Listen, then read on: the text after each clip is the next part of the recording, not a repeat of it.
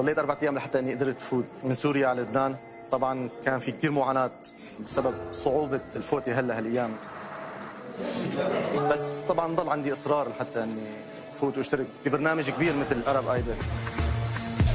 هلا انا فايت على لجنه تحكيم يعني رهيبه، يعني اساتذه كبار، والشيء الوحيد اللي فيني اثبت حالي قدامهم هو صوتي، وان شاء الله يعجبهم. اسمك؟ اسمي ربيع زيود من سوريا. هتسمعنا ايه النهارده؟ افرح يا قلبي للسيدة ام كلثوم. اتفضل. افرح يا قلبي لك نصيب تبلغ هناك وهي الحبيب. افرح يا قلبي غني له ألحان الغرام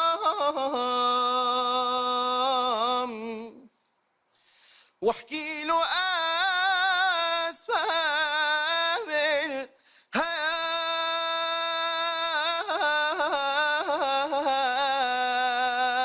الهام. وافرح يا قلبي بالمرام وبلوغ مناك وهي الحبيب. افرح يا قلبي. ربيع، انت اي متى فكرت تشترك بأرب ايدل؟ كل سنة بفكر. اذا كل سنه بتفكر وصار لنا 4 سنين كان لازم تكون انت مركز اكثر اليوم. ربيع، انت لوحه كبيره شكلها حلو لكن ما فيهاش تفاصيل. انا بالنسبه لي اهم حاجه في الغنى التفاصيل، وانا اعتقد ان دي اكتر حاجه مش موجوده في غناك. انا هبتدي واسهل على الناس كلها، انا بقول لا. أنا محتار، يعني في عندك قصص حلوة بصوتك وفي قصص عم تفلت منك. أنت هلا لا تحسد بوقفتك، بعرف شو الوضع، بس عندك خامة حلوة بس مش عم تعرف تستعملها. بوعدك إذا نجحت رح يقوى قلبي أكثر يعني. أنا ما بعرف، أنا بحب أعطيك فرصة. على راسي. أنا بحب أعطيك فرصة. أحلام، عندك مساحة في صوتك، وأتوقع أنه أنت إذا أخذت الموضوع على مسرح أرب ايدل ممكن أنا أسمع منك شيء حلو. أنا بعطيك فرصة وبقول لك يس لأنه أنا كثير حبيت صوتك. انا ما حسيتك انه انت مركز منيح وعم تغني، فانا رح اقول لك لا سوري. ناسي أرجوكي. والله المفروض تعطينا. في مطارح حلوة، أنا عم بسمعك بلا ميكرو بلا موسيقى. يعني مش كله مزبوط، مش كله مزبوط. معلش، بس لما يجي قدامه 4 قاعدين وخايف منهم أكيد صوته بيعمل هيك. بس نحن بدنا حدا لو خاف يطلع صوته حلو، لو رجف يطلع منيح. نحن هيدا هو أرب ايدل. لا، احنا كمان لازم نعطي الناس فرصة. أعطيه فرصة يا أختي، أنت شو خسرانة؟ نانسي، هتغير رأيك؟ لا سوري. خلص نعتذر منك. ثانك يو. كانوا لازم يراعوني شوي أو يحسوا بهاي الوفاة، يعني إنه 4 أيام ضلتني على الحدود لحتى إني فتت، راحت كلها السودان. علم هلا تخسر، ربحت كتير كتير.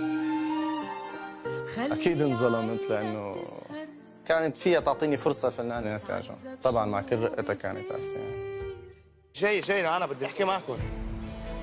جماعة خلينا نتفق على شغلة واحدة، إذا كل واحد بده يكون أرب ايدل أنا ما ناخدش حدا. أيوة. أحلام، كل واحد بيبص للأمور بشكل مختلف، أنت بتحسي الأمور بشكل غيري وغيره وغيره. ما نحن بكاستنج، هيك بدي أنا بس. ما هو كاستنج، أنت مش بتساعد، إن إحنا هنا مش بنساعد الناس، أنت هنا مش بنساعد. طيب. نعطي الناس فرصة.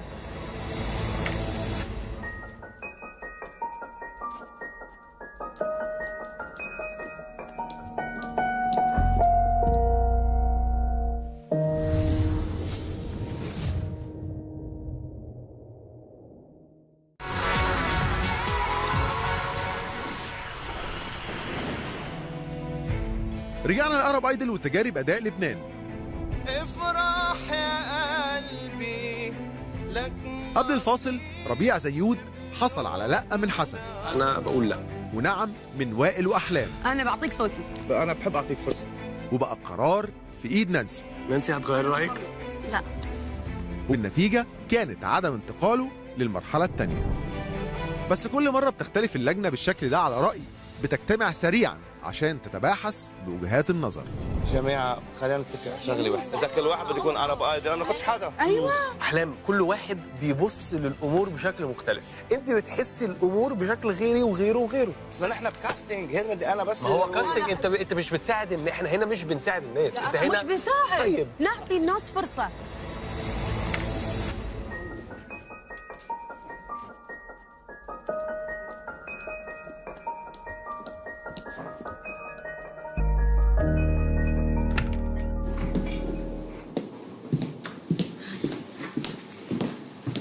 جاي احكيك بس.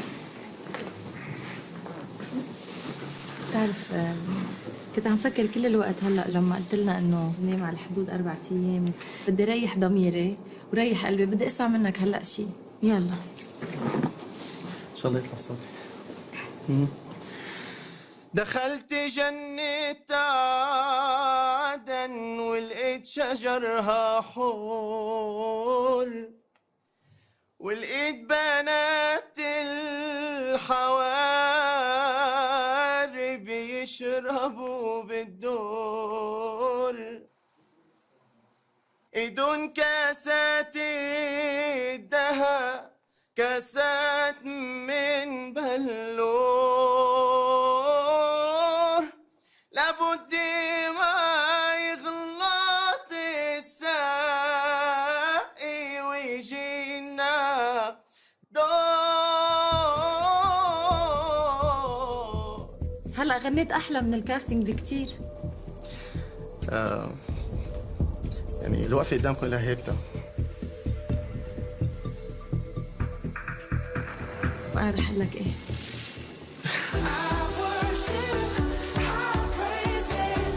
طيرتي ضميري بس لانه تركتهم وجيت لعندك. كلك ذوق. Good luck. كتر خيرك. شكرا لك.